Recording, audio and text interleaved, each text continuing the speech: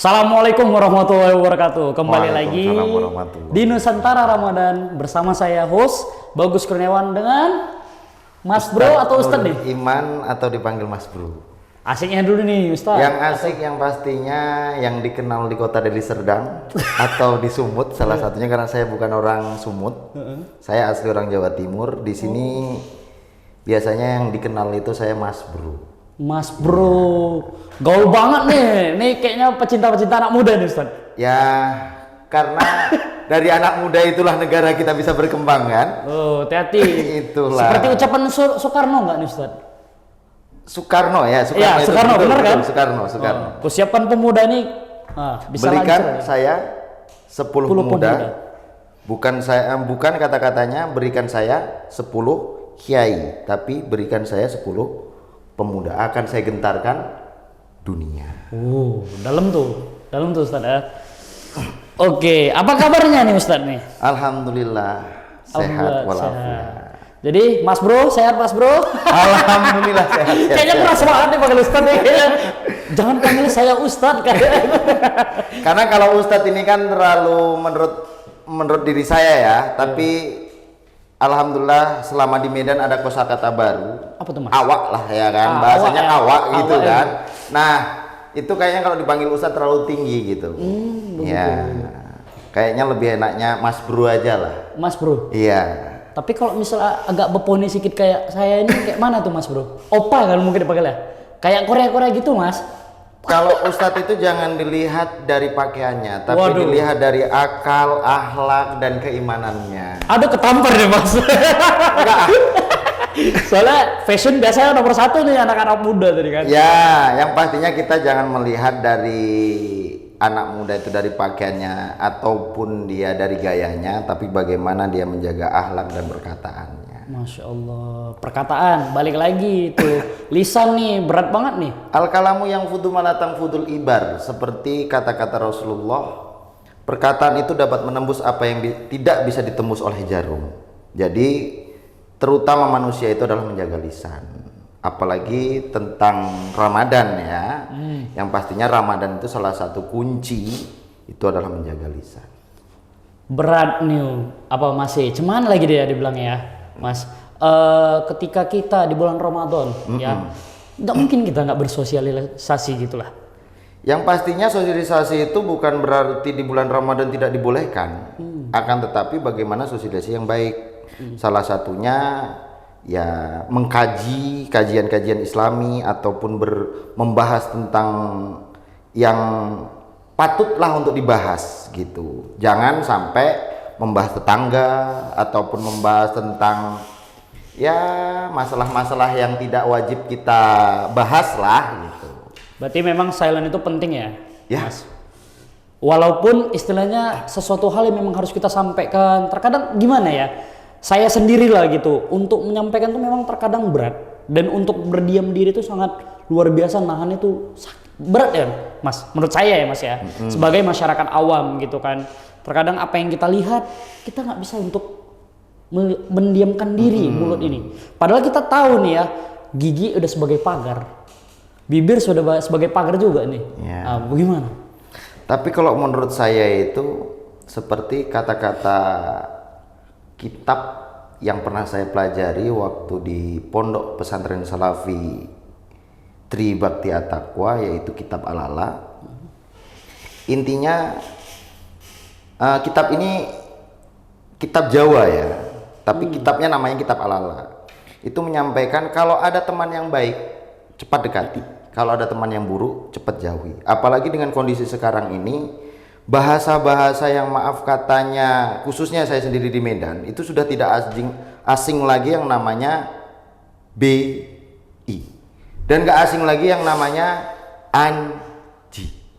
Nah, dengan kalimat itu kalau kita mengatakan kepada kawan itu kan tak patut, walaupun itu bukan marah gitu. Iya. Tapi kalau kawan kita baik, perkataan baik, insya Allah perkataan kita baik. Intinya kita harus pandai-pandai memilih kawan, bukan berarti yang nggak baik itu nggak kita kawani.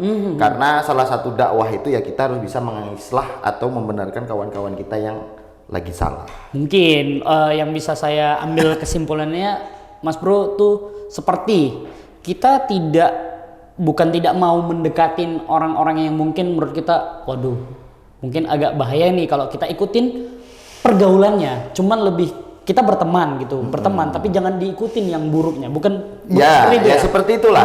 iya, Salah satunya seperti Islam yang saya ketahui di Indonesia ini kan, salah satunya itu kan penyebaran pertama kali itu adalah Wali Songo. Dan Wali Songo menyebarkan itu kalau benar-benar mengikuti kaidah Islam itu pasti ditentang dengan adanya agama-agama lain ya. Iya, salah satunya ya kayak mandi kembang, habis itu masang sesajen, ataupun ya hal-hal yang menurut di dalam Islam itu syirik gitu. Tapi dengan cara dakwahnya itu ya harus ngikutin masyarakat itu, ya nggak salah menurutku. Begitu juga kayak kita bukan berarti kita nggak boleh berkawan dengan orang-orang yang maaf katanya jelek, yang bisa dikatakan preman, ataupun dengan kawan-kawan kita yang nggak tahu agama, bukan gitu. Tapi bagaimanapun kembali kepada diri kita siap nggak untuk terjun ke situ? Kita mampu nggak untuk terjun ke situ? Kalau nggak mampu, lebih bagus kita berhenti atau kita hindari. Oh begitu ya Mas Bro, karena ya kita kan nggak bisa nih ya, maksudnya nggak mungkin kita langsung jauh gitu. Tapi mungkin yang menurut Mas tadi bilang bukan kita nggak mau berteman lah ya bahasanya, cuman jangan yang buruk-buruk kita ikutin. Seperti itu yang bisa. Ya intinya kembali lagi kepada diri ya. Diri kita. Benar. Bagaimana diri kita untuk menyikapi kawan-kawan kita. Kalau kita tidak sanggup, apa salahnya sih kita untuk bukan kita menjauh, tapi kita sedikit untuk menghindar, agar supaya kita tidak terjerumus oleh hal-hal yang tidak kita inginkan. Benar banget ya Mas. Aduh Mas Bro. Panjang nih, padahal itu tentang lisan doang ya Pak. Ya seperti itulah ya. Berawal dari lisan ya. Lisan. Oke, saya mau bertanya dulu nih Mas Bro. Mungkin pertanyaannya ini seperti ini. Bagaimana Rasulullah memperlihatkan kebersamaan dan saling berbagi selama bulan Ramadan, dan bagaimana kita bisa mengaplikasikannya atau mengimplementasikannya di masyarakat saat ini, di zaman inilah gitu. Al-ittihadu asasun najah. Persatuan itu pangkal keberhasilan. Salah satunya sampai nyapu halaman kalau pakai satu lidi, kira-kira bersih nggak itu? Tuh, 3 tahun lah. 3 tahun. 3 tahun pastinya nggak akan bersih kan gitu kan. Oh iya juga ya, Tapi dengan adanya kebersamaan sapu lidi tadi itu bisa bersih. Begitu juga lah di bulan Ramadan. Rasulullah selalu menganjurkan al-ittihadu asasun najah. Kita bareng-bareng. Kita bareng-bareng untuk bagaimana saudara kita yang tidak mampu kita bantu, apalagi dengan ekonomi yang sekarang ini kan banyak sekali yang maaf katanya seperti perusahaan-perusahaan itu apa namanya itu PHK. Itulah PHK dan lain sebagainya. Akhirnya dia tidak mendapatkan pekerjaan. Yang dulu dia pekerja kantoran, akhirnya dia karena memikirkan sebuah keluarga, dia kerja bangunan ataupun kerja serabutan lah, yang di Medan ini dikatakan serabutan ya kalau di Medan kan. Jadi kalau menurutku dengan persatuan kita bisa membantu sahabat-sahabat kita yang lagi maaf katanya untuk makan saja payah gitu. Jadi menurutku ya dengan adanya persatuan tadi itu bisa membantu kawan-kawan kita seperti yang dianjurkan oleh Rasulullah gitu. Perbantuan dari kita tuh sangat penting ya Mas. Ya karena salah satunya ada apa ya ibaratnya hukum ketika kita bersedekah itu yang pertama kali kita tengok keluarga kita. Keluarga pertama. Not sini ya. Ya, kedua itu adalah saudara-saudara kita. Bagaimana saudara-saudara kita? Dan yang ketiga adalah tetangga kita. Barulah kita bisa bersedekah kepada orang yang jauh. Ya. Apalagi di bulan Ramadan yang pastinya sedekah itu pahalanya lebih besar daripada hari-hari bukan bulan Ramadan. Berarti memang bulan Ramadan itu sespesial itulah ya Mas. Kalau dikatakan spesial jelas, karena di bulan Ramadan itu bulan yang penuh diagungkan gitu. Makanya di deretan bulan Ramadan itu nanti ada namanya malam. Yang malam dikatakan malam-malam Lailatul Qadar gitu kan. Waduh, sering denger nih. Nah, jadi malam-malam Lailatul Qadar itu banyaklah cerita tentang malam Lailatul Qadar gitu kan. Tapi kalau keceritakan kayaknya nggak cukup waktu kita untuk Kayaknya menyampaikan malam satu Lailatul aja dulu ya Qadar Mas. itu kan. Satu aja Mas. Apa itu? Cerita tentang malam Lailatul Qadar ini. Kalau malam Lailatul Qadar ya mestinya malam 1000 bulan gitu kan. Malam yang memang paling diagungkan. Jadi kalau barang siapa yang mendapatkan malam Lailatul Qadar, pastinya dia akan berubah 100% total itu dari dia yang dulunya bandel akan menjadi baik. Waduh, Gitu. ini luar biasa loh ininya ya. Ya. Pengaruhnya nih. Ya, seperti itulah. Nggak bisa diperkirakan ya Mas ya. Kalau masalah perkiraan atau enggak ya, intinya manusia ini kan hanya belajar dari sebuah kitab gitu kan. Contoh surga dan neraka. Apa pernah sampai bisa membahas tentang neraka? Waduh. Apa pernah bisa membahas tentang surga? Kan enggak. Iya. Intinya bagaimana kita percaya antara surga dan neraka itu ada. Nah, bagaimana surga itu? Surga itu adalah hal yang paling indah. Contoh di dunia lah. Sekarang kita masih ada di dunia. Bagaimana surga dunia itu? Surga dunia itu ya mau apapun bisa, kita nggak banyak masalah, dalam arti kata ketenangan gitu. Tapi neraka di dunia itu apa? Neraka di dunia itu kita itu penuh kesengsaraan di dunia ini.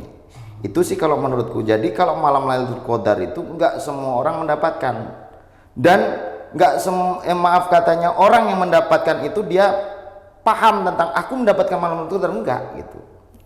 Jadi pastinya akan ada perubahan di setiap orang yang mendapatkan malam Lailatul Qadar itu sendiri. Orang-orang tertentu lah. berarti. Orang-orang tertentu, tapi nggak bisa mengatakan aku dapat gitu.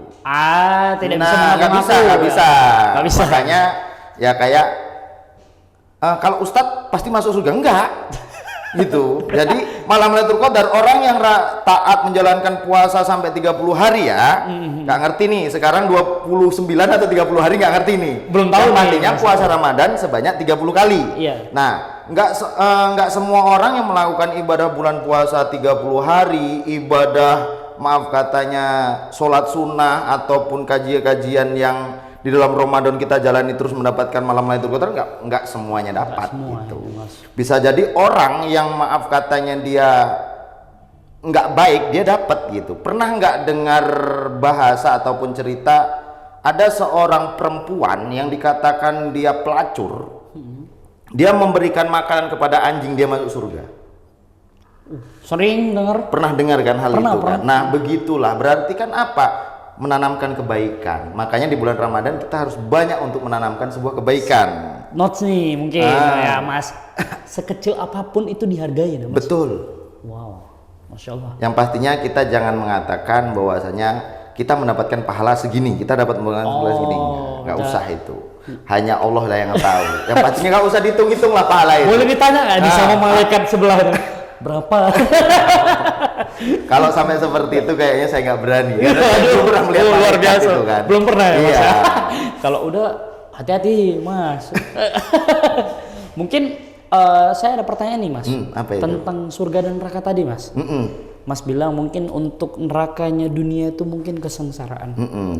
Menurut Mas nih, orang-orang yang mendapat kesengsaraan di dunia itu memang karena Allah benci atau murka, atau bisa jadi itu jadi cobaan mereka untuk melangkah masuk ke surganya akhirat, atau gimana menurut Mas?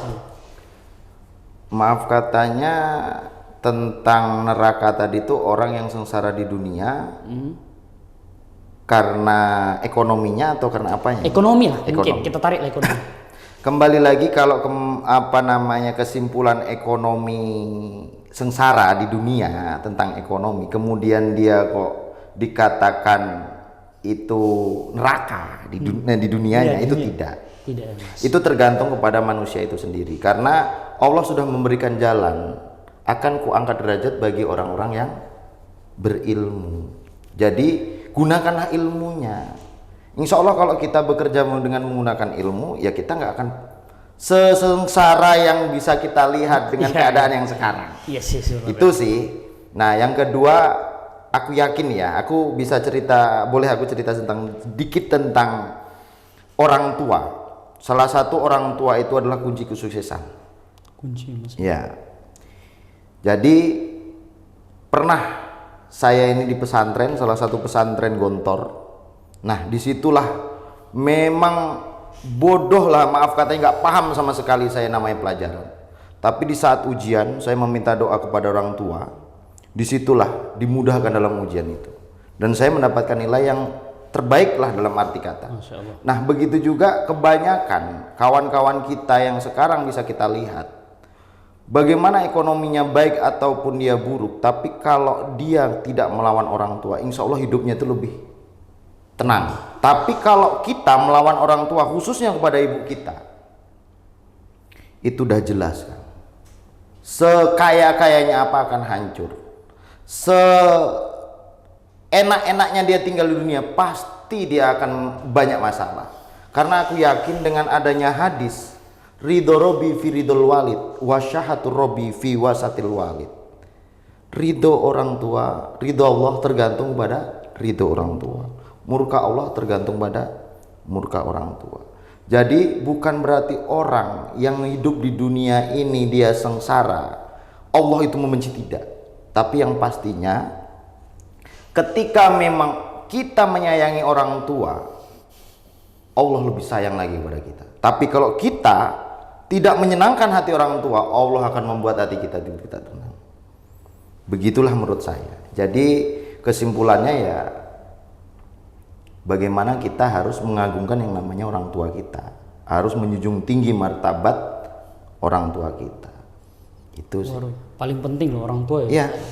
Cuman terkadang buat orang-orang yang ingin lah membahagiakan orang tuanya, mungkin contohnya seperti anak piatu, anak yatim atau anak yatim piatu, itu bagaimana Ustaz?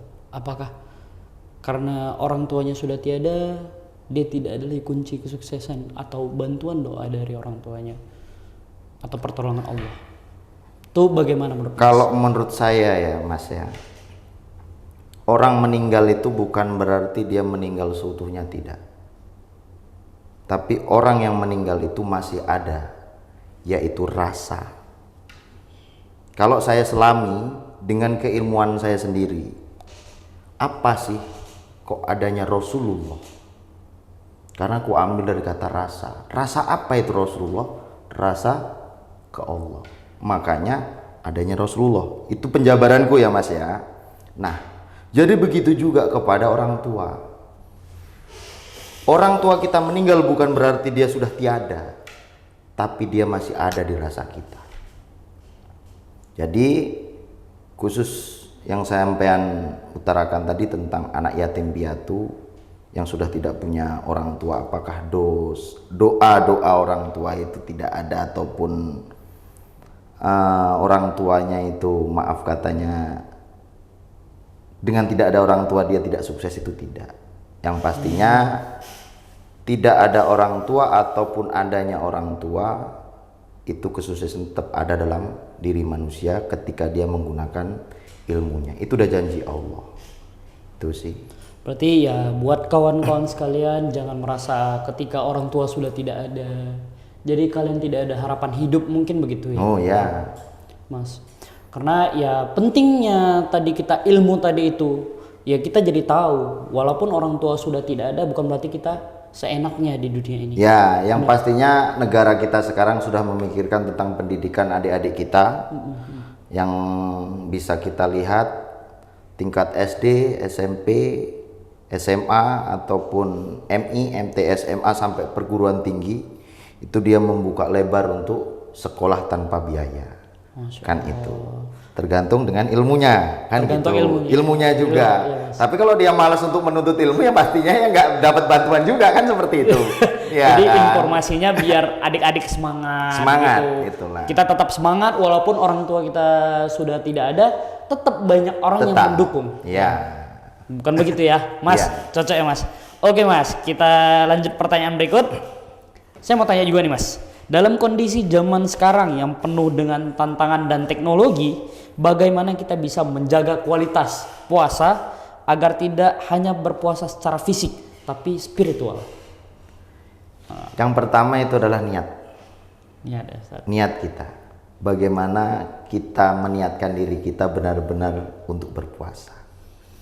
Yang kedua yaitu menjaga kesehatan tubuh itu tidak harus kita olahraga yang berat. Berat ya. Salah satunya bisa dilihat kayak Adira itu olahraga apa ya, tongkat besi itu.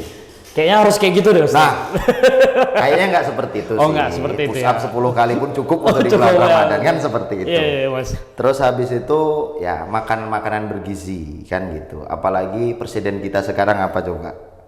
Untuk apa namanya program khususnya adalah makan Bergizi ya. bergizi dan makan gratis. Iya, Tapi sehat bulan ya, puasa nggak boleh ya makan ya. Iya, soalnya siang tuh kan. Kalau bisa Pak Prabowo, nanti buka puasanya itulah itu makan gratisnya dialihkan untuk siang hari.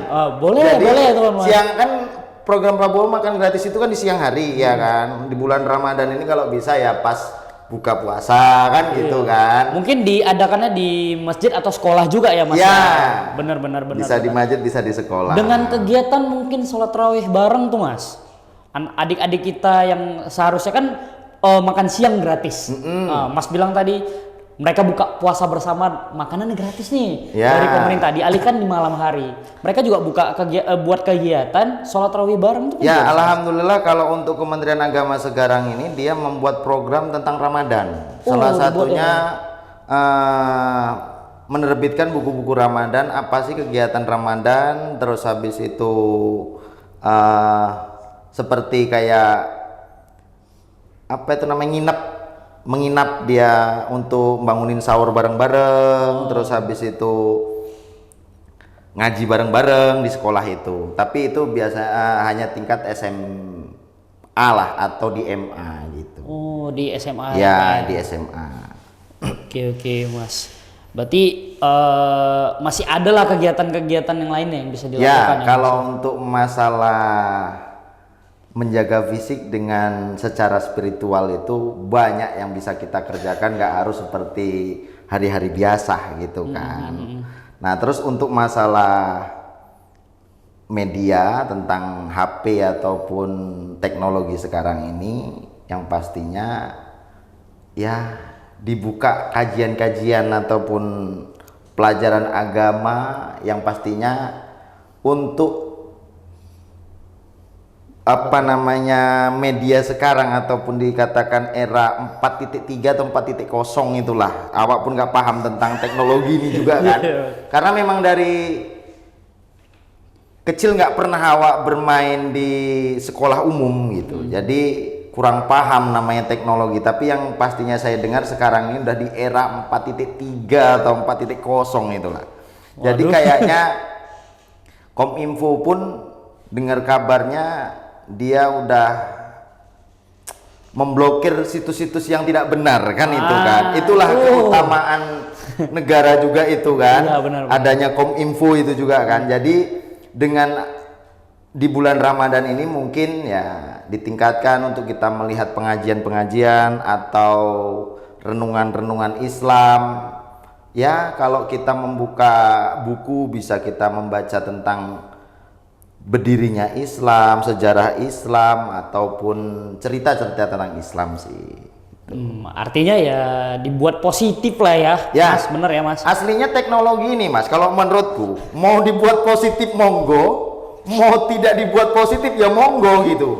Jadi kalau disalahkan teknologinya enggak juga sih. Nggak bisa ya, Yang disalahkan tetap manusianya. Iya, menurut benar, saya benar. ya, Mas Iya, ya. benar, Mas. Karena saya megang HP ini semenjak saya lulus S1, Mas.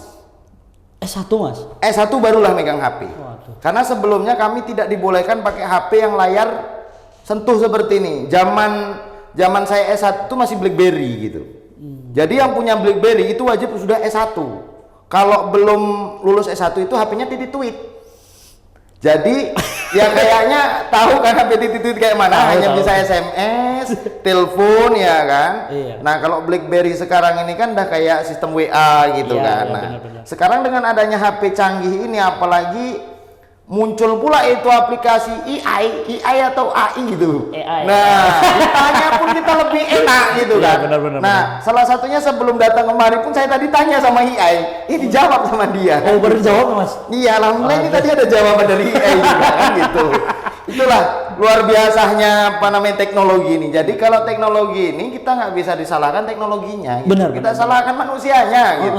Itu sih kalau menurut saya. Udah bener banget. Jadi mungkin kawan-kawan kesimpulannya ya apapun sebenarnya teknologi itu ya sebenarnya bagus buat Bagus, kita. bagus. Gitu. Cuman balik lagi niat kamu menggunakan teknologi tersebut tuh untuk apa? Iya, inama amalu biniat wa inama likulli imri'in ma nawa. Segala benar. sesuatu itu tergantung pada niat. Iya, benar. Dan setiap apa yang kita niatkan pasti akan kita dapatkan.